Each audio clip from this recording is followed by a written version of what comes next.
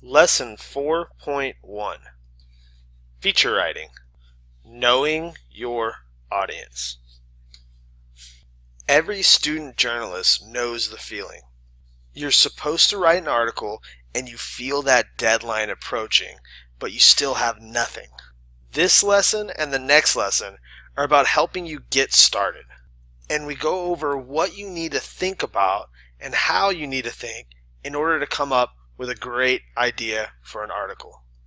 As a student journalist, when you set out to tell an important or interesting feature story, one of the biggest challenges is knowing what or who you should write about that will actually be important or interesting to your audience. Of course, you could just randomly pick a person or topic to write about without thinking about what will be important or interesting to your audience, but then you end up with a piece of writing that no one will read and that no one will care about, including you.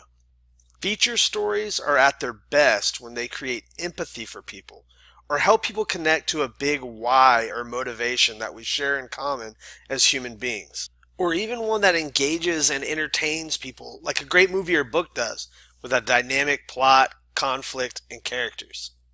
To tell these kinds of stories, we have to dig past the surface. We have to ask ourselves some important questions. First, we should ask, who is our audience? The answer to that depends on what publication you write for. For instance, if you wrote for the New York Times, a nationally read publication, your audience would be the wide net of Americans who visit their online site or pick up and read the physical New York Times, which is a paper that's available just about anywhere in the country on any given day. For student journalists working on a school publication, the primary audience are the readers of the school publication. This includes mostly other students at your school, maybe a handful of teachers, and a few very interested parents or community members. Every story you take on should be a story that your audience, your peers on campus, find interesting or important. Because of this, a student journalist has to constantly ask themselves, how can I write about something that is important and interesting to my fellow students?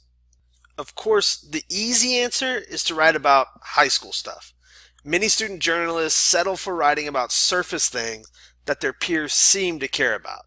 Fashion, music, the popular people on campus, and things like that. Those aren't bad things, but they are surface level, and they suggest that those shallow things are all that students on campus think about, worry about, or care about. A lot of adults actually believe this about teenagers too. They think that they're fairly shallow, that teenagers only think and worry about unimportant things like their clothes, gossip, drama, and what music artist has the best combination of good looks and singable songs.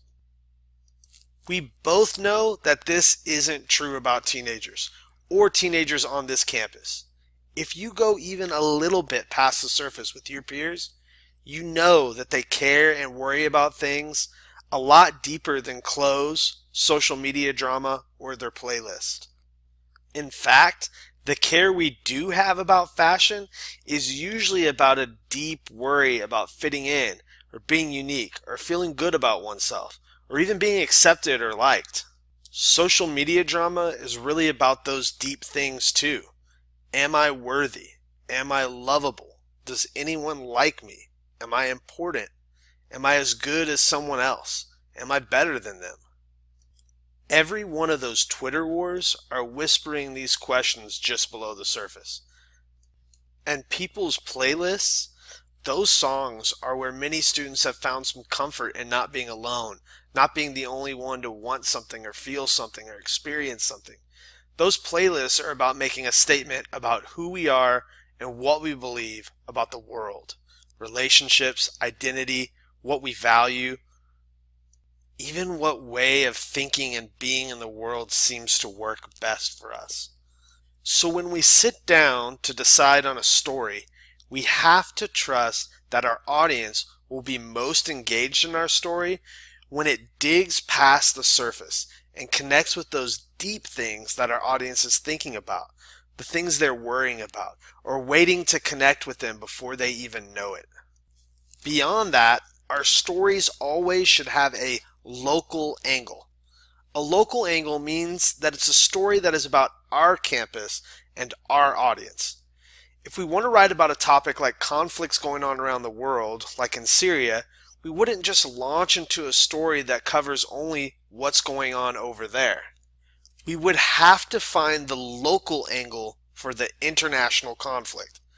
We'd find the student who's from Syria and recently moved here as a refugee from the conflict and tell their specific story.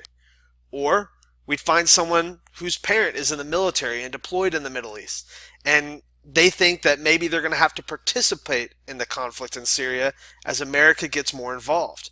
And what does that mean for their family?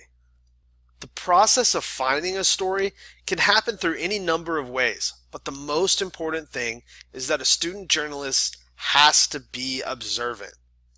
You have to pay attention to the world and people around you and be looking for those deep questions, worries, and stories playing out below the surface.